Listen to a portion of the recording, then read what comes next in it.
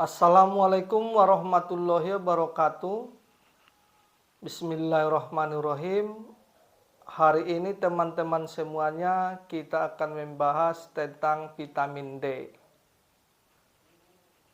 Jadi secara umum vitamin itu bisa dibagi 6. Yang pertama ada vitamin A, vitamin B, vitamin C, vitamin D, vitamin E, vitamin K. Adapun nanti vitamin B, vitamin B1, vitamin B2, vitamin B3, vitamin B6, vitamin B12. Jadi, kalau kita ingin membahas vitamin ini, maka lihat dulu sumbernya dari mana. Apakah dia itu sumbernya dari protein nabati, ataukah dia sumbernya dari protein hewani? Karena apa?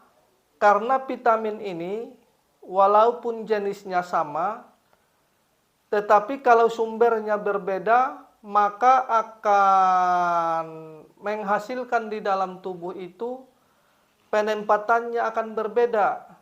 Kebutuhannya di dalam tubuh itu juga akan berbeda. Jadi secara umum protein nabati itu sifatnya larut dalam air. Artinya ketika kita makan makanan atau minum minuman itu, maka akan diolah oleh sistem pencernaan. Ketika diolah oleh sistem pencernaan ini, maka akan menghasilkan sari-sari makanan. Maka sari-sari makanan inilah yang dikirim ke pembuluh darah. Begitu juga dengan protein hewani. Protein hewani itu sifatnya larut dalam lemak. Artinya protein hewani itu larut dalam lemak. Ketika kita makan atau minum, maka makanan itu atau minuman itu akan diolah oleh sistem pencernaan. Ketika itu sudah diolah sistem pencernaan, maka akan menghasilkan sari-sari makanan. Maka sari-sari makanan inilah akan dikirim ke kelenjar getah bening. Contoh vitamin D. Jadi kalau kita ingin membahas tentang vitamin D, lihat dulu sumbernya dari mana. Jadi sumber vitamin D itu ialah dari paprika hijau, ikan-ikanan, minyak ikan, kuning telur. Jadi kalau kita ingin memasukkannya ke rumus kita 4 unsur, yaitu panas, dingin, lembab, dan kering, maka dia masuk ke mana? Pertanyaannya kan begitu. Maka jawabannya adalah paprika hijau itu masuk ke lembab, ikan-ikanan masuk ke lembab panas, minyak ikan itu masuk ke lembab panas, kuning telur itu juga masuknya ke lembab panas. Jadi nanti sama-sama vitamin D itu juga jenisnya banyak. Karena apa? Karena rasanya juga banyak, warnanya juga banyak. Contoh, ada rasa asam, ada juga rasa tawar, ada rasa pahit, ada juga rasa manis, ada rasa pedas, ada juga rasa asin. Ada juga warna hijau, ada warna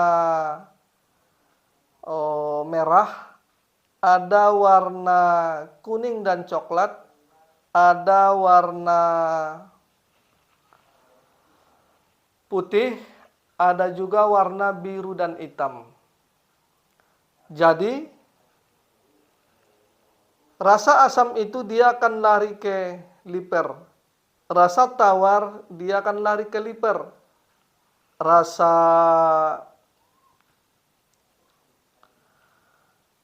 pahit dia akan lari ke jantung. Rasa manis dia akan larinya ke sistem cerna. Rasa pedas dia akan lari ke paru. Rasa asin dia akan lari ke ginjal. Begitu juga dengan warna. warna hijau itu dia akan masuknya ke liver, warna merah dia masuknya ke jantung, warna kuning dan coklat dia masuknya ke sistem pencernaan, warna putih itu dia masuknya ke paru, warna biru dan hitam itu dia masuknya ke ginjal.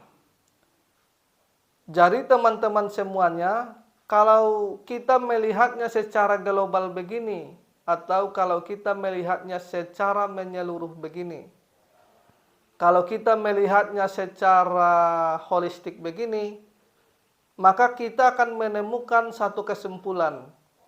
Artinya sama-sama vitamin D itu, cara kerjanya di dalam tubuh itu berbeda-beda. Sama-sama vitamin D, boleh untuk siapa, tidak boleh untuk siapa. Sama-sama vitamin D, bagus untuk siapa, tidak bagus untuk siapa. Sama-sama vitamin D, baik untuk siapa, tidak baik untuk siapa. Nah, ini ukurannya harus jelas. Adapun nanti vitamin D ini, ya, vitamin D ini akan menghasilkan di dalam tubuh manusia itu dengan bantuan nanti dengan bantuan